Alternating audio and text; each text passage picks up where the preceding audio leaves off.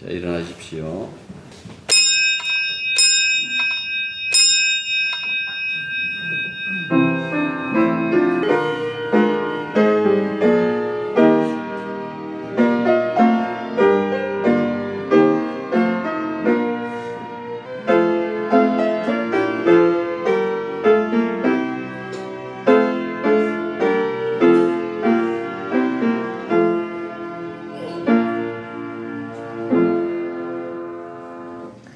한 해의 끝에 저희들이 서 있습니다. 주님이 주신 그 은혜와 그 사랑이 얼마나 대단한지 깨닫지 못하는 세상 속에서 우리가 살고 있습니다. 말도 되지도 않는 하나님이 인간이 되셨다는 그 이야기를 현실로 받아들이고, 말도 되지 않는 그 구원을 우리는 이 세상 속에 전파하면서 아버지의 자녀로 살고 있습니다. 우리 마음속에 이 믿음 변치 않게 해 주십시오. 그들이 눈이 어두워 보지 못하는 것들 우리의 눈으로, 우리의 마음의 믿음의 눈으로 보게 하시고, 온전히 주만 바라보며 주와 동행하는 것을 가장 큰 행복으로 여기는 저희들이 되게 도와주시옵소서. 그 행복 오늘도 이 예배를 통하여 더욱더 깊이 느끼고자 합니다. 예배를 받아주시고 영광 받아주시고 하나님의 자비와 은총을 우리들에게 내려주옵소서. 예수님 이름으로 기도드립니다. 하나님 말씀은 누가복음 17장 11절부터 19절까지입니다. 예수께서 예루살렘으로 가실 때에 사마리아와 갈릴리 사이로 지나가시다가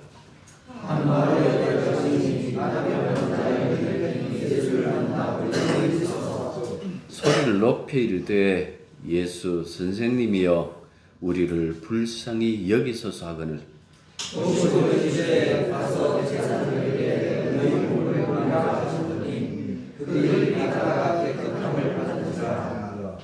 그 중에 한 사람이 자기가 낳은 것을 보고 큰 소리로 하나님께 영광을 돌리며 돌아와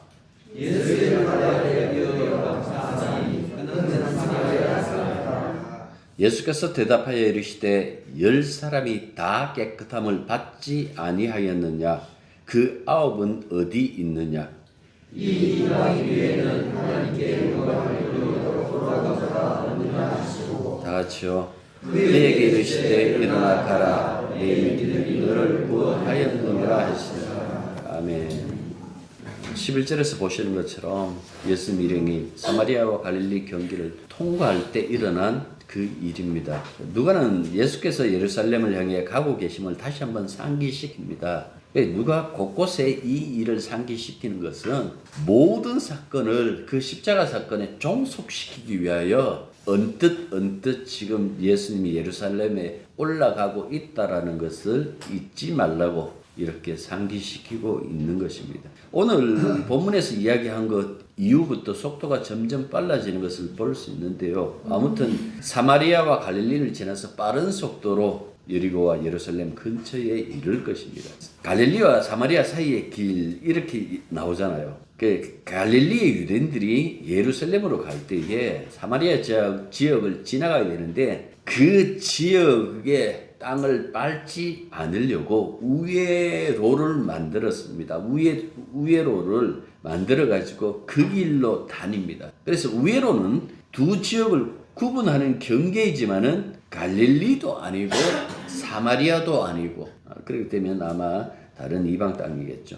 예수가 한 마을에 들어갔는데 나병 환자 10명이 예수님께 소리쳤습니다. 이들이 멀리서 소리칠 수밖에 없는 것은 여러 번 말씀드렸던 것처럼 이들은 예배라든지 이 마을의 공동체의 어떤 모임이라든지 그 어떤 곳에도 들어갈 수 없는 제외된 인간들, 그 공동체 안에 속할 수 없는 그 인간들을 지금 이 나병 환자들은 그런 부류의 사람들이다라는 그 말씀입니다.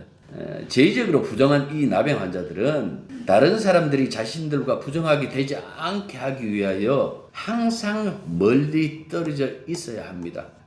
레위기에 의하면 돌 하나 던져가지고 던져서 맞지 않을 만큼 이렇게 떨어져 있는. 그래서 항상 떨어져 있고 사람이 보이면 그들에게 뭐라고 얘기를 하는 거니까 나는 부정하다, 나는 부정하다. 자기의 부정함을 고백해야 되는 그런 유의 사람들이 바로 이 납양 환자들입니다. 그래서 이들이 예수님 가까이 나오지도 못하고 멀리서 예수 선생님 우리를 불쌍히 여겨주시오 하고 지금 소리친 겁니다. 여기서 불쌍하게 여기달라는 것은 병을 고쳐달라는 소리죠. 예수님이 우리의 병을 고쳐주셨으면 좋겠습니다. 이들도 소문 들었을 거니까. 근데 과연 이 사람들은 예수님을 하나님의 아들로 믿었던 것일까요? 그것은 분명히 아닌 것 같습니다. 아마 하나님의 능력을 입은 랍비 정도로 생각했던 것 같습니다. 그래서 뭐라고 부릅니까? 예수 선생님하고 이렇게 불러요. 이 선생으로 번역된 그리스 말 에피스타테스는 이 누가복음에만 이렇게 사용하고 있는데요. 이것 말고 선생이라고 호칭이 있어요. 디다스칼로스라는 이 호칭이 있는데도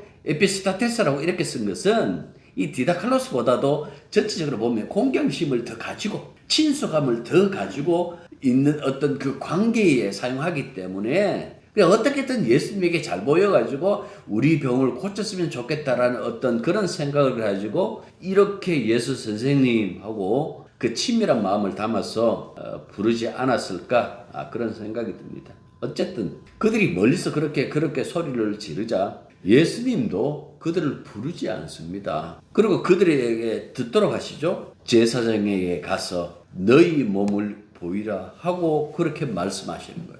레위기 13장과 14장의 규정에 따르면 납양 환자의 이 질병이 나을 수도 있어요. 사실은 이거 지금 우리가 생각하는 납양이기도 하지만 모든 피부병을 이렇게 생각할 수도 있거든요. 아무튼 몸에 이 진물이 난다든가 하는 그 모든 피부병은 이 부정한 어떤 것을 상징하기 때문에 이 몸에 발생했다가 나으면 나았다고 나는 나았습니다 하고 자기 마음대로 그렇게 집에 들어가고 공동체에 들어갈 수 있는 것이 아니라 가장 먼저 해야 되는 것이 제사장을 찾아가서 몸 검사 받는 거예요. 진짜 이 사람의 병이 나았는지 몸이 깨끗하게 되었는지 그 부분을 인정받아야 합니다. 그리고 인정받고 난 다음에 적어도 2마리 비둘기를 사용하는 이 정결 예식, 이 정결 예식을 하나님께 드려야만 비로소 정결한 사람이라고 일상생활로 돌아가고 공동체 속에 들어갈 수 있다라는 그 말씀입니다. 이때 당시에 제사장들은 유대의 여러 마을에 상시하고 있었어요. 제사장이라고 다 예루살렘에 있는 것이 아니라 유대의 각 떨어진 그 모든 마을, 아주 작은 마을이면 없겠지만은 웬만한 마을에는 상시 거주하고 있었습니다. 그리고 거기에 지방에 거주하고 있다가 매년 2차례 상반기 한 번, 하반기 한 번 예루살렘에 가갖고 한 주일 동안 자기 직무로 봉사하는 것, 그것만 수행하면 되었습니다. 그러니까 이 정결 예는 예루살렘에 가갖고 성전에 가서 드려야 하지만은 확인은 그 지역 거주 제사장에게 가는 것이 가능했다라는 그 말씀이죠. 그래서 예수님 말씀을 듣고 그들은 제사장이 있는 곳으로 가던 도중에 놀랍게도 납양 환자 10명의 몸이 모두 나았습니다. 14절 보십시오. 그들이 가다가 깨끗함을 받은지라. 이건 한 사람만 깨끗함을 받은 것이 아니라 모두가 다 깨끗함을 받았겠죠. 이들이 깨끗함을 받은 것은 주님 말씀에 온전히 순종한 결과였을까요? 그들의 믿음이었을까요? 아마 믿음이나 순종 이런 것들 없습니다. 왠가하니까 이 이야기로 끝나는 것이 아니라 그 다음에 덧붙여진 이야기가 있기 때문에 앞에 이야기를 해석하기 위해서는 뒤에서 덧붙여진 이야기 속에서 예수님이 무슨 말씀하셨는지를 이해해야만 앞의 사건을 우리가 추론할 수 있다는 그 말씀입니다. 이들은 제사장을 만나기도 전에 몸이 깨끗하여졌습니다. 그 중에 한 사람이 그것을 발견하고 깨끗하여졌다라는 그 사실을 얘기를 하면서 하나님께 영광을 돌리는데 아마 이 사람은 뒤에 나오는 사마리아인일 확률이 굉장히 높을 겁니다. 그래서 이 한 명 사마리아 사람만이 예수님에게 돌아와서 하나님 앞에 영광 돌리는 그 모습을 그 뒤에 이야기로 붙여놨습니다. 언젠가 그 말씀 드렸지만은 복음서에 보면 예수님이 수많은 병자들을 고치셨다라는 그 말씀이 나와요. 하늘나라의 복음도 전하지만은 그 복음을 전하고 각 마을에 다니면서 전도하면서 거기에 있는 각양각색의 병에 걸린 그 사람을 예수님이 고쳤다라는 그 본문이 있는 것을 봐서 예수님이 병 고치신 것은 사실입니다. 그렇다고 해서 이 병 고치기 위하여 세상에 오셨는가라고 했을 때는 아니라는 말씀이죠. 이건 하나의 수단일 뿐입니다. 정작 중요한 것은 하늘나라의 복음이죠. 그들을 구원하기 위해 세상에 오셨다라는 그 이야기를 하는 걸 보면 여러분들 복음서에 들어있는 이 유사한 이야기들이 굉장히 많거든요. 예를 들어가지고 7장인가 그럴 거예요. 100명의 군사를 거느리는 이방인 백부장. 이 백부장의 백부장이 사랑하는 종이 큰 병에 걸렸습니다. 그래서 예수에 대한 소문을 듣게 되겠죠. 듣게 된 이 백부장이 친하게 지내던 유대인 장로들을 예수에게 보내가지고 부탁을 합니다. 그래서 장로들이 와갖고 간절히 부탁하죠. 이 백부장은 일반 사람들하고 다릅니다. 우리 민족을 위하여 애도 쓰고 여러 가지 혜택을 많이 주는 사람입니다. 이 사람이 이렇게 부탁하는데 좀 들어줬으면 좋겠습니다. 그러니까 예수님이 따라가시는 거예요. 그러자 하고 따라가시는데 그 백부장의 집에 들어가기 전에 또다시 사람 한 사람이 나와서 백부장의 이야기를 전합니다. 주여 말씀만 해 주십시오. 제게도 밑에 수하들이 있는데 이리로 가라 하면 이리로 가고 저리로 가라 하면 저리로 갑니다. 주님이 내 집에 들어오는 것을 제가 감당하지 못하겠습니다. 그러니 말씀만 하셔도 제 종이 낫겠습니다. 이렇게 고백해요. 그런데 예수님이 깜짝 놀라죠. 놀라시면서 하시는 말씀이 있어요. 이게 의도적이죠. 이스라엘 중에 이만한 믿음을 본 적이 없다라고 해버렸어요. 왜 이 믿음이 이방인에게 나오지? 왜 본자손인 이스라엘에는 이런 믿음이 나오질 않지? 오늘 본문도 그 얘기를 합니다. 10명 중에 오직 사마리아 사람 하나만 돌아왔다고. 이 사람 이야기만 계속 이어지지 제사장에 갔던 그 병에 걸린 10명의 나병 환자 중 이 사람 외에 그 어떤 사람도 그 나머지 9은 사라져버린 거예요. 이들은 감사 안 했을까? 감사했을 거예요. 이 사람들도. 제사장에 찾아갔을 수도 있겠죠. 그런데 그 나머지가 어떻게 되었다라는 그 이야기에 대해서는 본문은 침묵합니다. 중요한 것은 예수님에게 되돌아오는 것이, 주님에게 돌아오는 것이 진짜 하나님에게 영광되기 때문에 그렇다라는 그 말씀입니다. 그런데 주님이 지적했듯이 돌아오는 이방인 하나, 그 10 중에 한 사람만, 그것도 이방인, 유다 백성이 아닌 이방인을 등장시켜 치유와 회심이라는 이 두 가지 부분의 유행은 구약에도 나와요. 여러분들 너무나 잘 아는 그 나만 장군 이야기. 시리아 사람 나만 장군이 용하다는 엘리사를 찾아왔으나 엘리사가 얼굴도 내밀지 않고 이 이야기를 합니다. 요단강에 가서 너의 몸을 7번 씻으라. 7개 군대 장관이 왔잖아요. 그런데 얼굴도 내밀지 않는 이 엘리사의 오만 방자함에 나만이 치를 떨죠. 그리고 자기 나라로 돌아가는데 그의 수하들이 말립니다. 장군님, 만약에 그 사람이 이것보다 더한 것을 요구했더라도 장군님이 하지 않았을까요? 기껏해야 그냥 강물에 몸 7번 담그는 건데 그것이 무슨 그렇게 큰일입니까? 만약 그렇게 해도 병이 낫지 않으면 이걸 빌미로 이스라엘을 치면 되지 않겠습니까? 그 얘기를 나만이 좋게 받아들여요. 그리고 요단강에 가서 엘리사의 말대로 병든 몸을 담그고 7번 씻었을 때 그의 문둥병이 깨끗하게 치유되었다라고 이렇게 얘기를 했어요. 그런데 나만은 자기 몸이 정상으로 돌아온 것을 보고 곧장 시리아로 돌아가지 않습니다. 오늘 본문처럼 그 얘기했던 엘리사에게로 되돌아옵니다. 그리고 얘기를 하죠. 하나님만이 진짜 하나님입니다. 진짜 신은 당신의 하나님뿐입니다. 오늘 본문의 사마리아 사람도 같습니다. 병이 났자 제사장에게 가족에게 돌아가지 않습니다. 곧장 예수께 돌아와서 하나님을 찬양합니다. 구약의 나만 장군, 말씀만 해줘도 내 종이 낫겠다고 그렇게 얘기했던 이방인 백부장, 오늘 본문에 되돌아온 사마리아 사람, 이 이야기에 공통점이 하나 있죠. 왜 이 사람들을 내세웠을까? 본자서는 믿음이 없더라. 그 얘기하는 거예요. 믿음이 없다는 것은요, 자기 처지 모른다는 이야기예요. 자기 존재의 위치를 명확하게 이해하지 못하고 있다는 말이기도 해요. 물론 여기서 나병 나오잖아요. 이거는 죽은 사람을 살린 것만큼이나 불가능하다라고 옛날 사람들은 생각해요. 요즘은 치료하지만 탈무드에 따르면 쓸모없는 인간, 그 존재해 있어도 그 존재를 부정해도 치워도 뭐 누구도 아쉬워하지 않을 뭐 그런 인간, 쓸모없음. 근데 모든 인간이 하나님 앞에 그렇다라는 그 사실은 깨닫지 못하고 있는 거예요.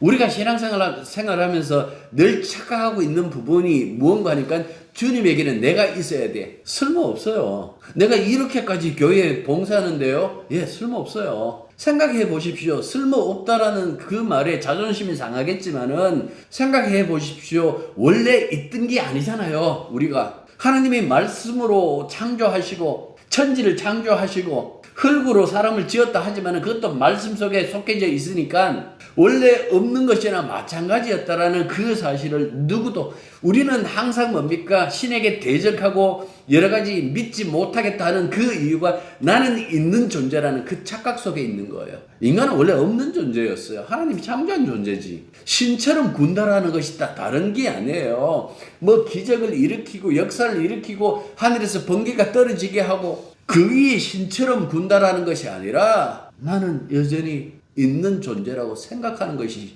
신처럼 구는 거예요. 이 사람들이 등장하는 것은 이 사람들이 얼마나 하나님 앞에 큰 죄를 지었으면, 물론 큰 죄를 지어서 그럴 경우도 있습니다만은 안 그럴 경우가 대부분, 그럴 경우는 한 0.0몇 프로. 사람이 세상 살다 보면 세상 사람들이 겪는 모든 일을 함께 겪어요. 교통사고 나서 죽을 수도 있고 여러 가지 병에 걸려서 고통받을 수도 있고 다 그럴 수 있다라는 그 말씀입니다. 그런데 이런 사람들을 등장시키는 이유는, 성경에 왜 이 사람들을 등장시킬까? 하나님은 이런 능력이 있습니다. 하나님은 이런 병을 고칠 수도 있습니다. 그 얘기 안 해요. 이 사회가 병들었구나. 자신들이 내 앞에서 이런 존재라는 사실을 잊어버렸구나. 경고하기 위하여 이 사람들을 세우는 거예요. 그런데도 이렇게 생각하죠. 나 병 안 걸렸어. 저 사람 병 걸렸어. 저 사람 분명 하나님하고 관계에 문제가 있을 거예요. 나는 관계 없어. 내가 이렇게 건강한 걸 보니 반대일 수 있잖아요.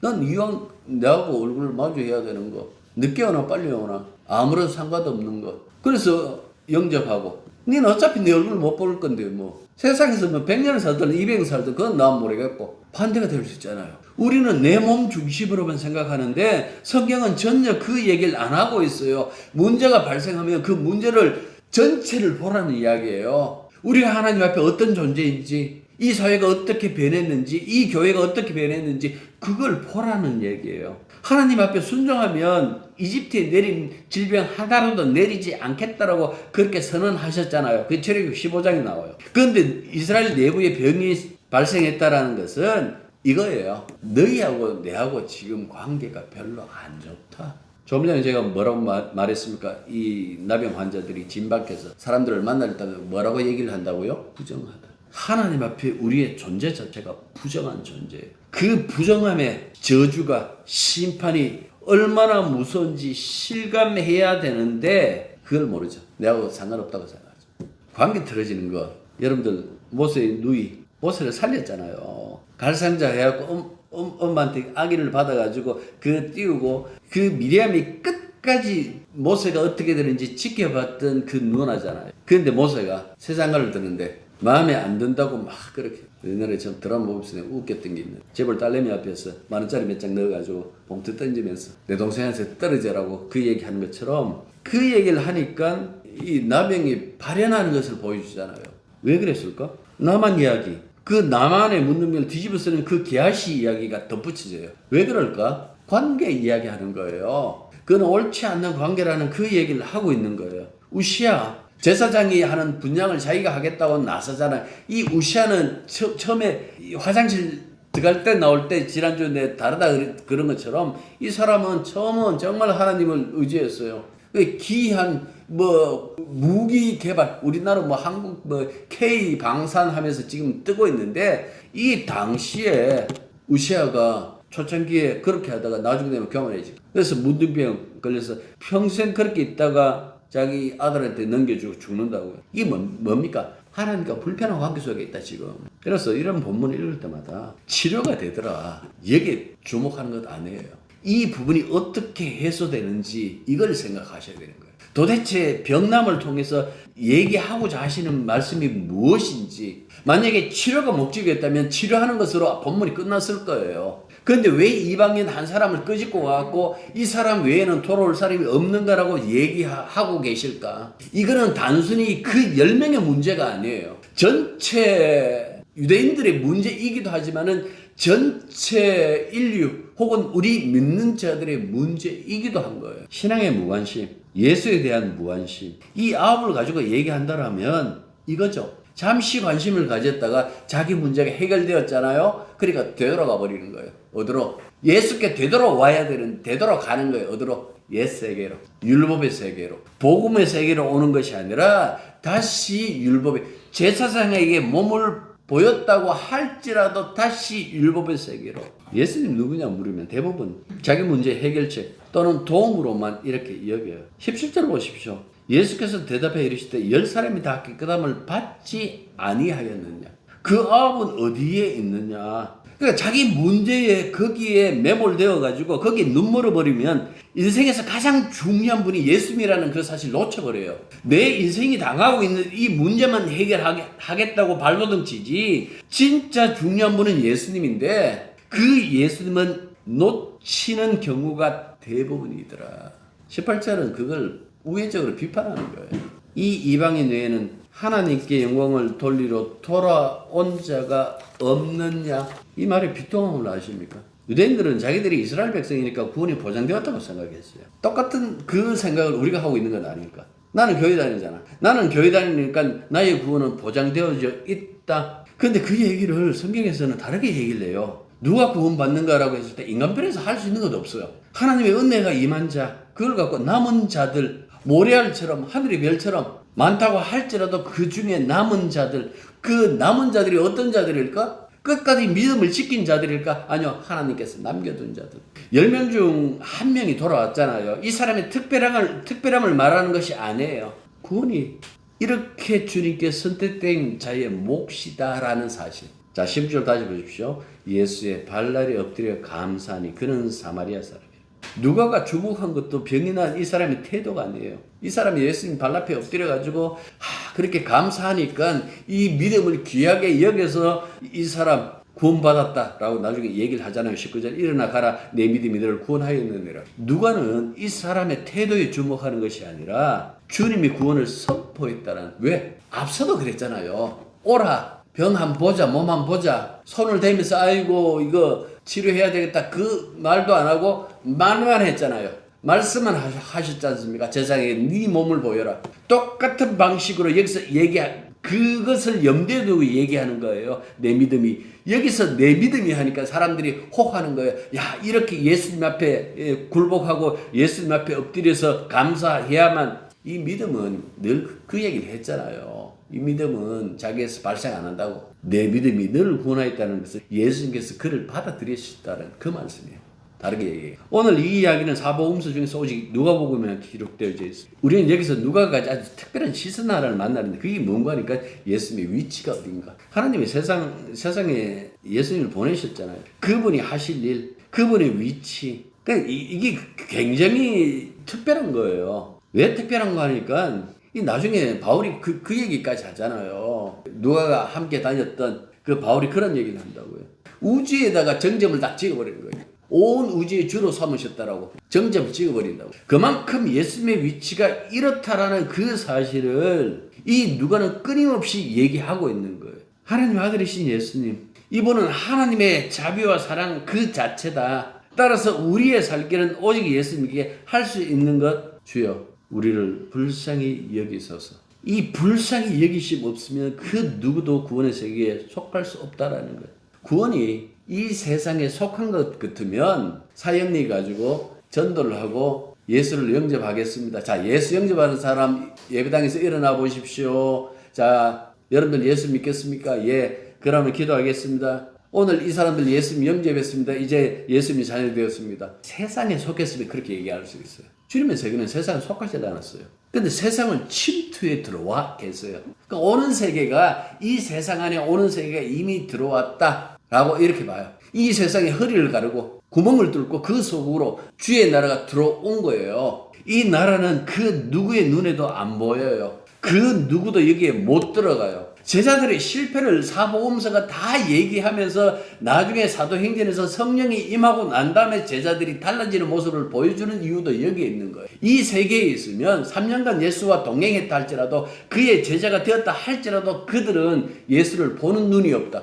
그래서 도망칠 수밖에 없었다. 근데 성령이 임하고 난 다음에 이들은 달라졌다. 그 얘기하는 거예요. 우리가 이렇게 교회에 앉아서 예수 믿는 것도 역시 마찬가지입니다. 주의 영이 함께하지 않으면 할 수 없는 일이에요. 성령이 아니고서는 누구도 예수를 주라고 할 수 없다라고 얘기했잖아요. 흉내는 낼 수 있어요. 예수 믿는 척도 할 수 있어요. 근데 진짜 자녀가 되고 제자가 되는 것은 주님이 택해야 해요. 주님이 부르셔야만 된다라는 그 말씀입니다. 사도행전 28장 보면 재미난 이야기를 해요. 사도 바울이 가는 곳마다 유대인들을 불러가지고 너희들이 기다렸던 그 주님이 왔다라는 그 얘기를 해요. 그런데 안 믿어요. 그래서 사도행전 28장 마지막 부분이에요.